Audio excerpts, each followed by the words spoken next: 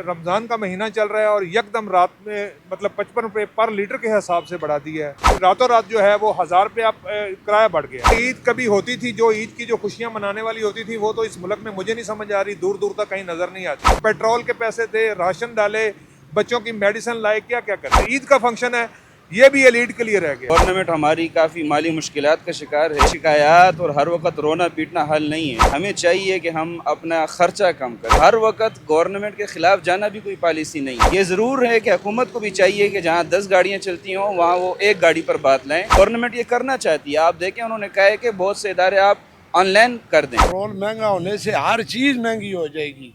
जो पैसे फालतू लेंगे वो इससे फ्रूट भी पड़ेंगे। सब्जी देखो उसका रेट ऊपर चला जाएगा, हर चीज का महंगा हो जाएगा। 55 रुपया लीटर के पीछे महंगा कर दिया। कल हमने खरबूजा लेके आए हैं 1700 रुपए की पेटी, आज वही पेटी 2600 रुपए की लाए। रात को पेट्रोल महंगा हुआ है, सुबह अगलों ने महंगा कर दिया। बड़े बड़े लोग फायदा उठा रहे हैं, हम गरीब तो वही बात है किसी वाली, यानी शाम को 1500 बचेगा या नहीं बचेगा। लोग बच्चों के कपड़े नहीं खरीद रहे हैं। मेरे घर का सारा अखराजात यही उठाने वाली है। एकदम 55 रुपए जंप करने की वजह से सर हमारा सारा बजट डिस्टर्ब हो गया। बच्चों के कपड़े लेने हैं, जूते लेने हैं। आप देखें मैं घर का निज़ाम किस तरह चलाऊं। पेट्रोल ही एक ऐसी चीज़ है जिसको यूज़ करके हम अपने रोटी रोज़ी कमाते हैं। बाइक या टैक्सी वाले लोगों पे रहम करें। जो भी पब्लिक ट्रांसपोर्ट से मुंसलिक हैं मैम, वो बहुत ज़्यादा इफेक्ट हो रहे हैं। रात को प्राइस बढ़े हैं और दुकानदारों ने आज ही बेतहाशा इजाफा कर दिया। रातों रात इसमें हुकूमत का कोई कसूर नहीं है। जब बंद हो जाएगा फिर तो हमारे पास सब कुछ बंद हो गया, सब कुछ ही।